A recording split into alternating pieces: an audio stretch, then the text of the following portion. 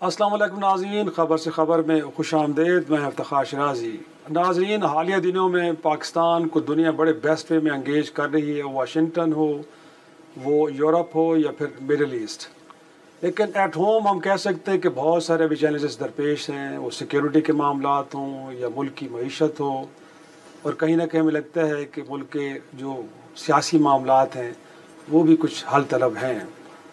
तो गोया कि इस वक्त हुकूमत वक्त जो अपने आप को बड़े कंफर्ट जोन में फ़ील कर रही है, शोल्डर्स अप हैं, और लगता ही है कि अब क्योंकि ऐवान के अंदर भी 2/3 अक्सरियत हासिल हो चुकी है हुकूमती इत्तेहाद को, तो अब आगे चल के हुकूमत वक्त का इन चैलेंजेस को गोया कि मीटअप करने के लिए क्या विज़न है, और जो सवालात कुछ उठ रहे हैं इस वक्त गोया कि सोसाइटी के अंदर और ऐवान के अंदर, पॉलिटिशियंस के अंदर, सिविल सोसाइटी में, उनके जवाबात भी हुकूमत वक्त के पास हैं कि नहीं।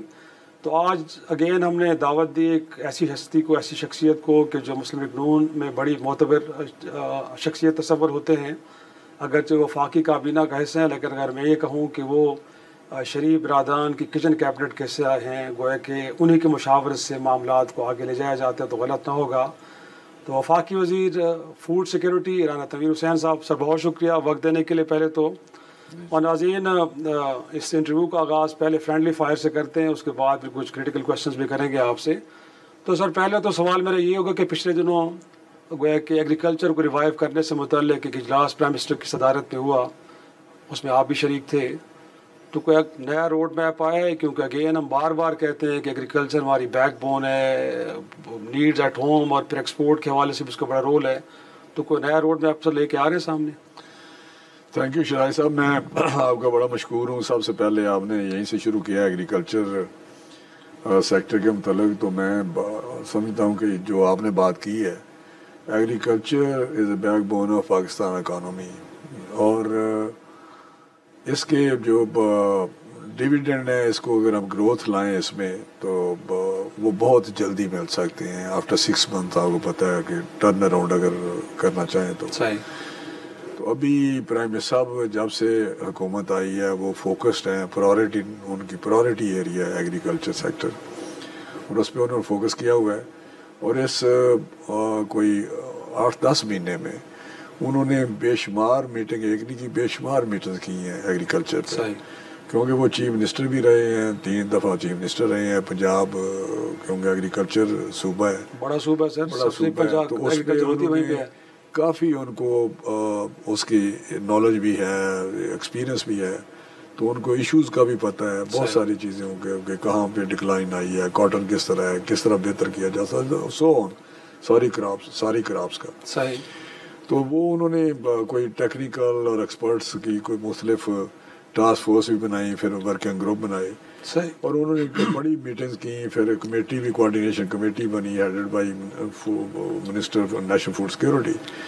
तो टू कट इट शॉर्ट कि उनका ये बहुत फोकस्ड है, और ये जिस मीटिंग का आप हवाला दे रहे हैं उसमें यकीनी तौर पे आप ठीक कहते हैं कि वो फाइनल स्टेज पे हम पहुंच गए हैं, जहाँ पे रोड मैप की बात होती है कि एक रोड मैप हम तैयार कर रहे हैं कि एग्रीकल्चर को किस तरह हम उसमें ग्रोथ ला सकते हैं, किस तरह उसको मॉडर्नाइज कर सकते हैं, किस तरह जो हमारे फार्मर हैं उनके जो इश्यूज़ हैं, प्रॉब्लम्स हैं, उनको किस तरह एड्रेस किया जा सकता है। जिस तरह एक्सेस टू फाइनेंस है कि उनको जो क्रेडिट है वो आसानी से मिल सके विदाउट कोलेटरल, छोटे फार्मर की बात कम इंटरेस्ट रेट में मिले सर, वो भी तो है ना, इनपुट कॉस्ट भी कम, या फ्री मार्कअप, जीरो मार्कअप के ऊपर, जीरो मार्कअप हो, और गवर्नमेंट जो है वो बैंक्स का जो लाइबिलिटी है या उसका जो मार्कअप है वो गवर्नमेंट बियर करे। तो ये मुख्तलिफ स्कीमें हैं जो रोड मैप में दी हुई हैं, और इंशाल्लाह मेरा ख्याल अब एक फॉरेन कैबिनेट के पास उसको लेके जाना है, तो जब वहाँ से मंजूरी हो जाएगी तो फिर उसको इम्प्लीमेंटेशन की तरफ लेके जाएंगे। तो ऐसे एफसी के थ्रू भी तो सर है ना सर, ऐसे एफसी के थ्रू भी ग्रीन पाकिस्तान का इनिशिएटिव लिया गया, फिर वो कुछ चोलिस्तान को भी अब आबाद करने जा रहे थे। तो ये प्रोजेक्ट्स भी हम समझे कि ऑन हैं या उनको फ़िलहाल छोड़ के तो किसी और तरफ हम जा रहे हैं? नहीं, बिल्कुल ऑन है। GPI जो ग्रीन पाकिस्तान इनिशिएटिव है उसके आगे उसके बहुत सारे हिस्से हैं, तो बहुत उसमें उन्होंने काम किया है। SIFC का ही वो हिस्सा है। तो SIFC तो ओवरऑल सारे जो गवर्नमेंट का सिस्टम है उसको देख रही है कि किस तरह चीज़ों को फैसिलिटेट किया जा सकता है, किस तरह इन्वेस्टमेंट लाई जा सकती है, और लोगों को जो वो रेड टेपिज्म वाली बात है कि to cut the red tapism, उसको किस तरह मिनिस्ट्री से जल्दी लोगों को जो मसाइल हल हों इन्वेस्टर के। सही है। तो वो बहुत सारा चुलस्तान में इन्होंने लेके गए हैं वो वहाँ पे वो आबाद करने के लिए। तो कुछ एरिया उन्होंने कुछ 1000 एकड़ उन्होंने आबाद किया है। तो पानी का वहाँ मसला है, लेकिन मैंने भी विज़िट किया था। आर्मी चीफ भी गए थे, चीफ मिनिस्टर साहबा जो पंजाब है वो भी गए हैं। बिल्कुल। तो वहाँ पे मैंने देखा कि वाकई वो एक मिरेकल की तरह इन्होंने काम किया है। वहाँ पे जो उसको ग्रीन एरिया में बदला है।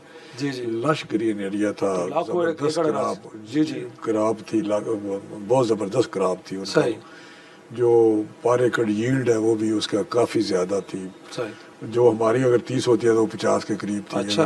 45 होती है 40-60 के करीब थी। तो वो बड़ा अच्छा इनके इनिशिएटिव है और वो परसू उसको कर रहे हैं। तो सारे सिस्टम को उन्होंने काफ़ी, तो हम कहें कि नहरों का जो मंसूबा था वो डिले हो गया, बट होगा आगे चल के। होना चाहिए, मैं तो समझता होना चाहिए, क्योंकि इशू यहाँ पे क्योंकि फेडरेशन है और मुख्तलिफ सूबे मिल के फेडरेशन बनाते हैं और उनके भी जो सारा सिस्टम है उसमें उनकी पार्टिसिपेशन चाहिए होती। तो बाज़ औक़ात कोई इशू आ जाता है, सिंध को उस नहरों से जो नाम लेते हैं उसका इशू है, लेकिन वो उनको समझाने की कोशिश कर रहे हैं, एक्सप्लेन करने की कि उनका पानी नहीं, पंजाब का अपना पानी, पंजाब का अपना पानी जो डाइवर्ट करेंगे हम। तो फाइनली किसी वक्त शायद ये सेटल हो जाए, लेकिन वहाँ पे अगर ये सिलसिला हो जाए तो बहुत अच्छा है पानी का मुनासिब। सर थोड़ा सा चीनी की बात, इन दिनों बड़ी डिबेट हो रही है और उंगलियां उठ रही हैं कि जी बड़ा अजीब है कि पहले 7.5 लाख टन आप एक्सपोर्ट कर रहे हैं, फिर अब 5 लाख आप इंपोर्ट कर रहे हैं, और जब एक्सपोर्ट आपने की है तो कीमतें कहीं पता नहीं 136 पे थी, आप 200 पे तकरीबन जाके पहुंची हैं। तो बीच में तो लगता है कि जी शुगर माफिया सब कुछ खा गया, हुकूमत को पता नहीं चला कि उनके साथ हुआ क्या है। देखिए शराय साहब, ये क्वेश्चन आपने ऐसा किया है जिसका मैं आपको थोड़ा तफसील से जवाब दूंगा। लेकिन सर जो मीडिया है जी, ये जो मैनिपुलेशन जो माफिया की आप बात करते हैं या चीनी के जो मालिक हैं मिलों के, अगर वो मैनिपुलेट करते हैं तो उसमें मीडिया का बहुत बड़ा हाथ है। क्योंकि मैं मीडिया को यही कहना चाहता हूँ कि ये एक ऐसी सनसनीखेज खबरें देते हैं जिससे पैनिक होता है और नेचुरली उससे मार्केट जो इम्पैक्ट आता है मार्केट फोर्सेस पे वो डिफरेंटली। आपका ख्याल है मीडिया से टूल यूज हो रहा है? टूल मेरा अपना ख्याल है, वो अगर इनोसेंटली हो रहे हैं या उनको ये इसका पता नहीं कि इससे क्या फ़र्क पड़ता है इनकी खबर से कि किस तरह उसका मैसेज आता है। मैं थोड़ी तफसील बता दूंगा। जो पिछले साल की बात हो रही है उस वक़्त जो चीनी थी वो सरप्लस थी। सही है। और जो हमारे पास डाटा आता था खासा उस पर गलट की सूरत हाल बनी थी, और हमारा ख्याल था कि जनरली प्राइम मिनिस्टर साहब तो का डिफरेंट ख्याल था। प्राइम मिनिस्टर साहब तो कहते थे कि ये चीनी एक्सपोर्ट नहीं होनी चाहिए, लेकिन मिनिस्ट्री का और बाकी इदारों का जो भी रिलेटेड इदारे थे या कमेटियाँ बनी थी उनका 90% यही ख्याल था कि होनी चाहिए, क्योंकि उस वक़्त हमारी जो प्रोडक्शन थी या हमारे पास स्टॉक था वो 7.5 मिलियन था। अच्छा। 75 लाख था। सही है। और उसमें हमारी कंजम्पशन जो है वो 6.63 लाख है। अच्छा। मीनिंग बाई के इसका कोई 7.6 था या कितना था, तो इसमें वो कहते हैं 15 लाख सरप्लस है, लेकिन एंड ऑफ द डे पता चला 13 लाख सरप्लस है। तो 13 लाख सरप्लस को रखना उस वक़्त इतना उस पर इम्पेक्ट आता नेगेटिव कि जी ग्रोअर को भी इंदा पैसे ना मिलते, क्योंकि चीनी की प्राइसेस जो थी वो कम थी। अच्छा। वो कहते हैं हमारी कास्ट ज़्यादा है और ये प्रोडक्शन बहुत ज़्यादा है। तो उसका एक अपॉर्चुनिटी है कि भाई अगर सरप्लस है तो एक्सपोर्ट करें इसको। सही। तो उस वक्त प्राइस जो थी जब ये फैसला किया तो उस वक्त प्राइस थी मार्केट में 138 पर किलो। बिल्कुल ऐसे है। तो प्राइम मिनिस्टर साहब ने कहा कि ये एक्सपोर्ट है, इसकी प्राइस बढ़ जाएगी। खदशा है, जाहिर सी बात खदशा है। तो उसकी उन्होंने प्राइस की कि सिर्फ 2 रुपए की मैं इजाज़त देता हूँ, 140 के करीब इसकी एक्समेल कर लें, बट इससे ऊपर नहीं जाएगी। इससे ऊपर नहीं जाएंगी, ये सीलिंग थी। ठीक है। लेकिन खान साहब मैं आपको बता रहा हूँ देखने में ही आया जब इजाज़त हुई पहले $750 थी मार्केट, इंटरनेशनल मार्केट। जी जी। फिर जब इजाज़त दी काफ़ी महीनों बाद दी तो उसकी 550 पे आ गई। पहले तो वो हमने जो लेट किया, हाँ, उससे हमें $1 बिलियन जो आना था वहाँ हाफ ऑफ रह गया। तो वो इसकी मैं आपको ये बताना चाहता हूँ 138 जिस दिन हमने इजाज़त दी जी, बजाय वो थोड़ा सा मार्केट में करेक्शन से बेहतर होता, जी जी, वो 138 से 135 हो गई, 132 हो गई, 130 हो गई, एंड अप हुई 118 119 पे। अच्छा, डिक्लाइन क्रैश कर गई मार्केट, इसके बावजूद कि हमने इजाज़त दी थी। हाँ, तो इम्प्रेशन तो जाना चाहिए था कि बढ़ती। ये रिकॉर्ड की मैं बात कर रहा हूँ, अगर वो इसको चेक कर लेंगे 118 119 तक होगी वो एक्सपोर्ट हुई। लेकिन जब कोई 2 लाख के करीब या 2.5 लाख के करीब एक्सपोर्ट की, लेकिन लास्ट जो है वो जो 5 लाख एक्सपोर्ट की इजाज़त दी हुई तो थोड़ी सी कम है 7.5 से।